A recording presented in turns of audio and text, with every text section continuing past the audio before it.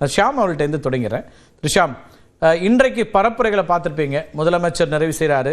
அதே போல் திரு எடப்பாடி பழனிசாமி அவர்கள், திரு விஜய், திரு சீமான், இதில் முதல் 3 பேருமே இளைஞர்களுக்கான செய்தியாக சொன்னதாக நிறைய பார்க்க முடிஞ்சது. முதல் முறை வாக்களிக்கக்கூடியவர்கள் அல்லது முதலமைச்சர் பேசும்போது ஒவ்வொரு திட்டமும் குறிப்பிட்டு, இப்போ நான் முதல்வன் திட்டம்னா அங்கே இருக்கக்கூடிய இளைஞர்கள் உங்களுடைய பெற்றோர்களிடம் பேசுங்கள்ங்கிறாரு. பெற்றோர்கள் இருக்காங்கன்னா பேரப்பிள்ளைகளிடம் பேசுங்கள் அப்படின்னு வெவ்வேறு விஷயங்களை சொல்கிறாரு. அப்படி வாக்குகளை குடும்பமாக வாக்களிக்க வைக்க வேண்டும், நீங்கள் எங்களுக்காக பேசுங்கிற ஒரு அப்ரோச் அவர் எடுக்கிறாரு. இன்னொரு பக்கம் திரு எடப்பாடி பழனிசாமி அவர்கள் முதல் தலைமுறை வாக்காளர்களுக்காக ஒரு செய்தியை வெளியிடுறாரு. விஜய் ஏற்கனவே வீட்டில் ஒருத்தர் எனக்காக இருக்கீங்க, நீங்கள் போய் பேசுங்க, குழந்தைகளை பேச வைக்கிறார். இது எப்படி இருக்குன்னு பார்க்குறீங்க இந்த பரப்புரைகளுடைய நிறைவு நாள்? இளைஞர்களை குறிவைத்த தேர்தல் தான் நல்ல விஷயம்னு கூட நான் நினைக்கிறேன். காரணம், இளைய தலைமுறையை மீண்டும் அரசியல் மயமாக்க வேண்டிய கடமை கூட நமக்கு இருக்கு. நடுவில் அது கொஞ்சம் தொய்வடைஞ்சிருந்தா தான் நான் உணர்ந்தேன். எங்கள் காலத்தில் இருந்த மாதிரி இல்லை.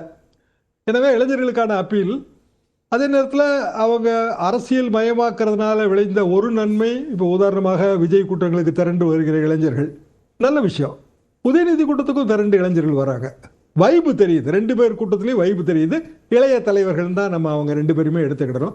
சிவன் கூட்டத்தில் அந்த பிரச்சாரம், அவரோட ஃபோர்ஸ், அது ரொம்ப நல்லா தெரியுது. பெரிய ஃபோர்ஸ் அவர்கிட்ட எப்போதுமே நான் உணர்றேன்.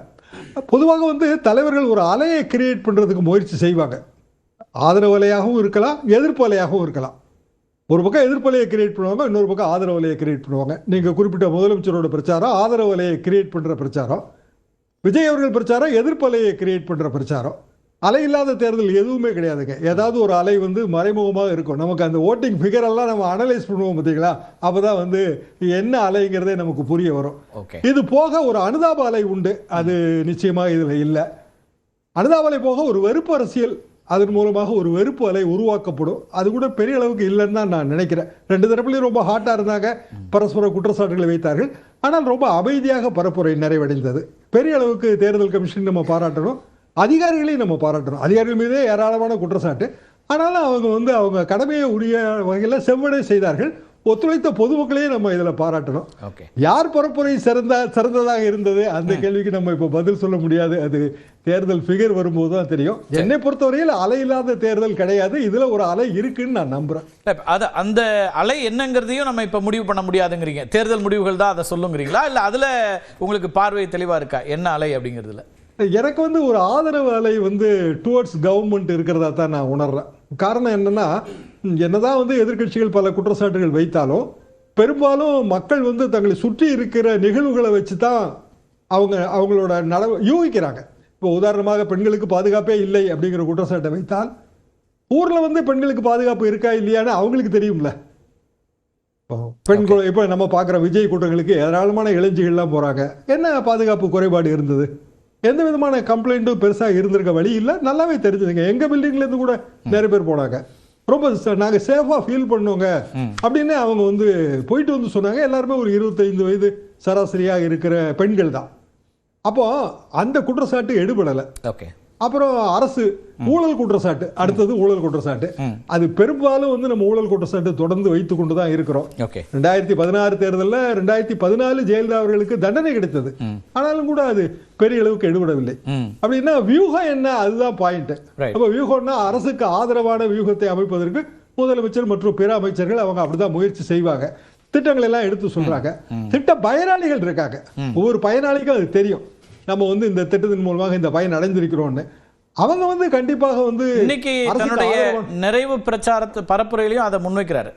திரு ஸ்டாலின் முன்வைக்கிறாரு, ரிவைஸ் பண்ணா போதும், படிச்ச ஸ்டூடெண்ட்டுக்கு ரிவைஸ் பண்ணா போதும், என்னுடைய திட்டங்கள் எங்களுக்காக பேசும் அப்படிங்கிறாரு. அப்படி ஒரு ஸ்கீம்ஸ்னால மக்கள் வாக்களிக்கிறது அப்படிங்கிற ஒரு எண்ண ஓட்டம் அலை வரும் அப்படின்னு நீங்க பாக்குறீங்களா? அதை கண்டிப்பாக பயன்பெற்றோர் கண்டிப்பாக அந்த பயனை உணர்ந்தார்கள்னா அவங்க அப்படியான முடிவு தான் எடுப்பாங்க. இப்போ உதாரணமாக கிராமங்களில் பிரேக்ஃபாஸ்ட் ஸ்கீம் நான் பெரிய அளவுக்கு அது நேரடியாக பார்க்குறேன். ரொம்ப பயனடைஞ்சிருக்கிறாங்க. எங்கள் டிஸ்ட்ரிக்டில் கூட மாடல் ஸ்கூலை பற்றிய பெரிய அளவுக்கான ஒரு அபிப்பிராயம் வந்திருக்கு. எல்லா பள்ளிகள்லையும் ஒரு அரசு பெரிய அளவுக்கு உதவிகள் செய்திருக்குது. கிராமப்புற சாலைகள்லாம் ரொம்ப சிறந்த முறையில் இருக்குது. அதுலெல்லாம் நம்ம குறைய சொல்ல முடியாதுங்க.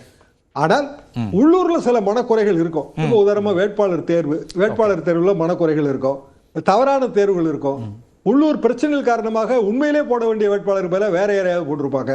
இதெல்லாம் வந்து ஒரு பின்னடைவை ஏற்படுத்தும். இது வந்து 2 கட்சியிலுமே இருக்கும். அது பிரதான கட்சி 2 கட்சியிலும் இருக்கும். விஜய் கட்சியில அது நமக்கு தெரியாது. ஏன்னா ஒரு 100-120 அங்க வந்து மையப்படுத்தப்படுறதே திரு விஜய் தானே. அவரை தாண்டி வேட்பாளர் முகம் அப்படிங்கிறது வந்து அதுல அவ்வளவு சிக்னிபிகண்டா இருக்கா அப்படிங்கிறது தெரியல.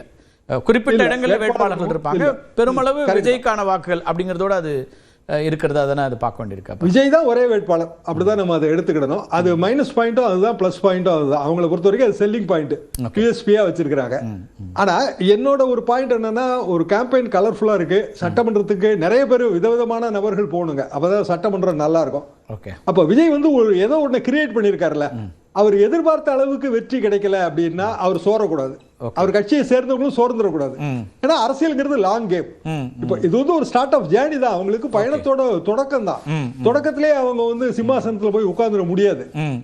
தேர்தல் முடிவுகள் வரும்போது சோர்வடைந்துடக்கூடாது, அரசியல் நடவடிக்கைகளை தொடர்ந்து நடத்த வேண்டும். அது அவங்க செய்ய போறாங்களா இல்லையாங்கிறது நம்ம பொறுத்து இருந்து பார்க்கணும். அதுல பேசலாம். நான் திரு விஜய் அவர்களுடைய பேச்சிலிருந்தும் சில கேள்விகள் இருக்கு. அவர் வந்து இந்த ஒப்பீனியன் போல்ஸ் பற்றிலாம் மிக கடுமையான சில விமர்சனங்களை வைக்கிறாரு.